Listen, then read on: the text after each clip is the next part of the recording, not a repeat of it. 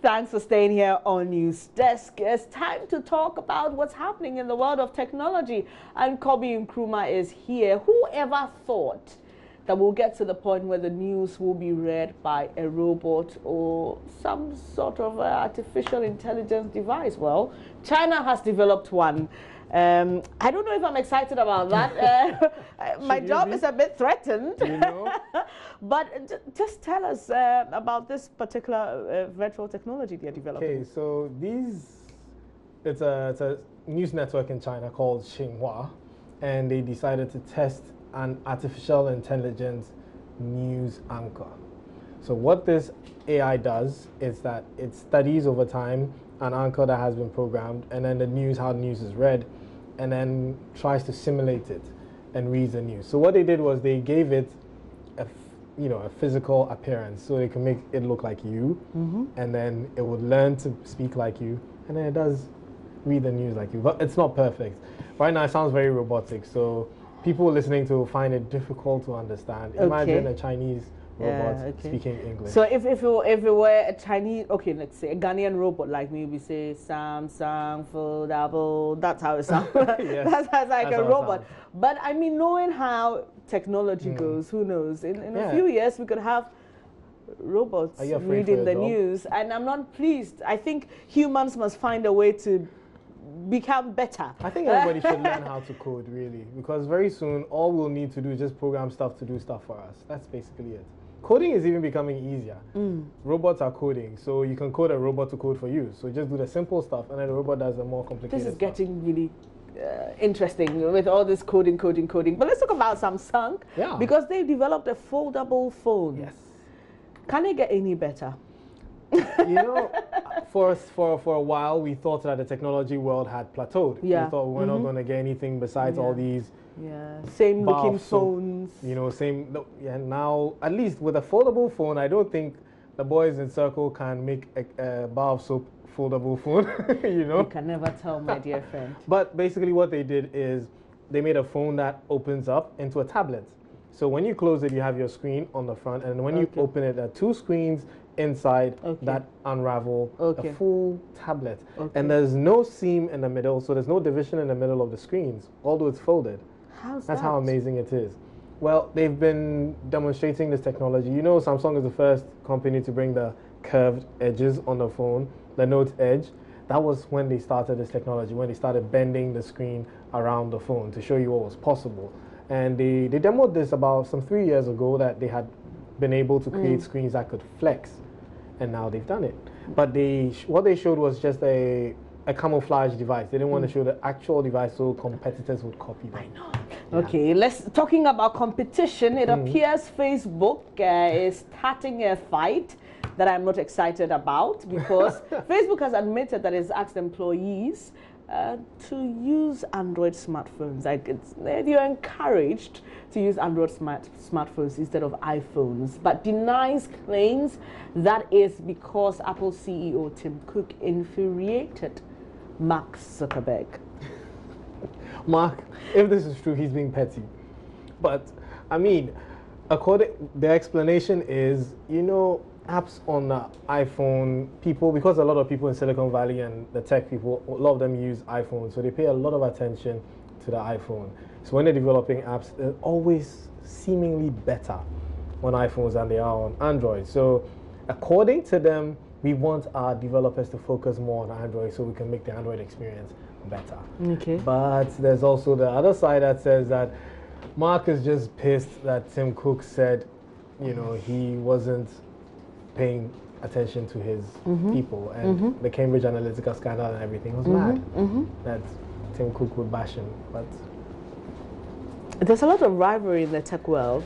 There is, and Mark seems to be the kind that does not take that very easily. You know what I mean? Let's start with the iPhone. I have to do this. iPhone X reportedly explodes during iOS 12.1 update. So as you said, reportedly, a gentleman said he was charging his phone whilst the 12.1 update was being installed, and suddenly it started to smoke. and then it burst into flames. Could that be a power problem? Well, because sometimes, some of these things, and Kobe, one day we have to talk about that. When you look at your phone, there's a required amount of voltage that needs to run through to even charge properly.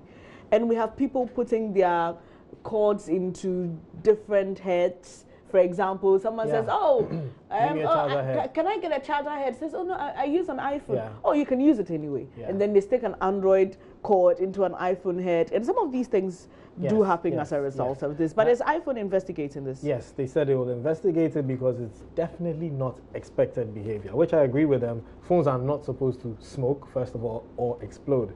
So it's either possible that the person, but he says he didn't use an unauthorized charger. Okay. He used an authorized one. Was there power fluctuation? Was there anything that could have caused it? Since when did you start working for Apple support? I don't work for Apple support. I'm just asking questions. Well, he didn't give such details, but yes, some of these things could cause it. A power fluctuation could cause it. A surge in even the charger, from the charger to the phone, could cause it.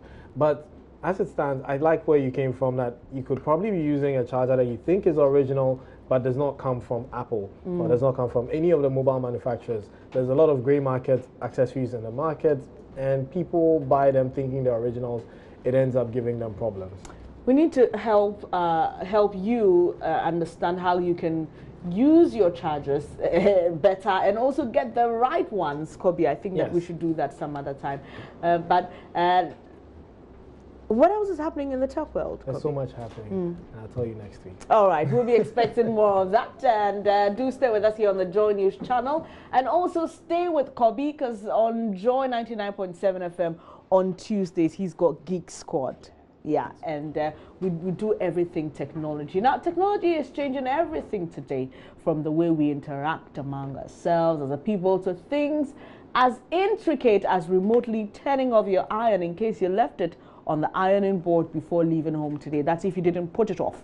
But that's not all. You can now save some prepaid electricity on your meter by the smart home app.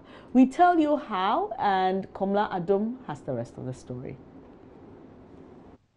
A typical workstation of a computer engineer. Joshua's desk is a clutter of bulbs, wires, sockets, fuses, batteries, and circuits. And perhaps so are the many creative ideas in his head. But he has finally developed one, an app that will save you some cash on electricity bills. One of the installations here, the smart home, with the help of an app on the Android phone, is able to notify you about appliances that are still on in your home when you step out. So for instance, if you forget to turn off your lights or your appliances, leaving them on the whole day for them to go wasted, you can just take your phone with the app and then turn them off. So when you are driving home, cruising in your air-conditioned car, you could actually remotely turn on the air condition in your living room to save yourself the sweat in the heat of a room, all with this app. But Ghana here, I realize we produce so much energy and most of them go wasted. And we end up paying so much in energy. So with this device, it's going to help us utilize the energy we produce or use in our home. You could also save your home from fire outbreaks by turning off the iron, the cooker, or even the electric stove from wherever you are. You can also control appliances like your fridge, your iron. Let's say you forgot to turn off your iron because you're in a hurry. You can just tap a button to control all these appliances in your home. We have it online, so you launch the browser. Joshua demonstrates how the smart home works. He opens the app in his browser and logs on. While on the page, guess what? So I'm loading the switch screen. So once it's done, it tells you the state of the light bulb. Then with the tap of a button, the lights comes on. The status also changes to on. This tells you that the device are already on. On the tap of a button, the device goes off and the status also goes off. Whenever the device is on, you also get other information like the power consumption of the device and then the energy or the current that the light bulb is consuming. So currently it's consuming 0.17 ampere. That's the current. So if you leave it on for like the whole day, it will tell you how much you consume the whole day. The smart home prototype, as he shows me, will enable you calculate how much electricity you consume, and that will tell how much you actually purchase. The benefit of this device is when you buy a device and it's consuming less, and after 6 months it starts consuming like 3 times or 4 times, the device will tell you. So you know that maybe there's something wrong with your device or you have to change it. So these are some of the data or information that we believe it to be relevant for our houses, so that you don't end up buying so much energy, not because you're using all those energy, but because some devices or appliances you have is faulty and it's consuming a lot of energy. At 26, Joshua has built the prototypes of other apps like Smart Bin, Smart Smoke Detector, and others we will explore in our next edition. For now, the smart home is being upscaled and will soon be available on Play Store and iOS. Exciting, isn't it? It can save you a lot, especially from fire. Kobe is still in the studio. How does this work? So it uses sensors. You plug it, it sits between your power socket and your device. So like your iron goes into it and goes into the power socket. So then it can tell how much it's consuming. It's very, very ingenious. You know, the Internet of Things is the way to go. All these big companies are creating devices that connect to the internet, so you can tell what's happening in your home when you're away. It's very, very interesting that this is now close to us. Meaning it's going to be cheaper for us to buy. I wouldn't have to buy imported from China or somewhere. It's right here in Ghana. I buy it. I get support right here in Ghana. Do I need internet to access this kind of device? If you're out of the network, obviously, if you're in your local area network, like let's say connected to it via your normal wireless at home, then you don't need internet. But when you're out of the house, the only way you can reach your home is through the internet.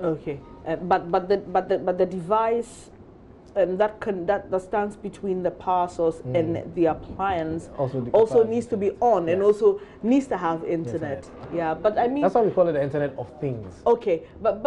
But I think it's better to pay for that than to have your house get burnt, because people usually leave appliances. I'm guilty. Ooh. I have very, very terrible memory, so I can forget something and then I have to constantly go and check my phone and check if stuff in the house. Oh, so you actually have that? Yes, I do. Oh, interesting. All right, so very soon it will be made available, and we'll let you know when you can get that, so you can save your house from a fire and also prevent wastage of electricity. You're watching Joy News Desk with me, Benis Abubeidullah. So do stay, we've got more.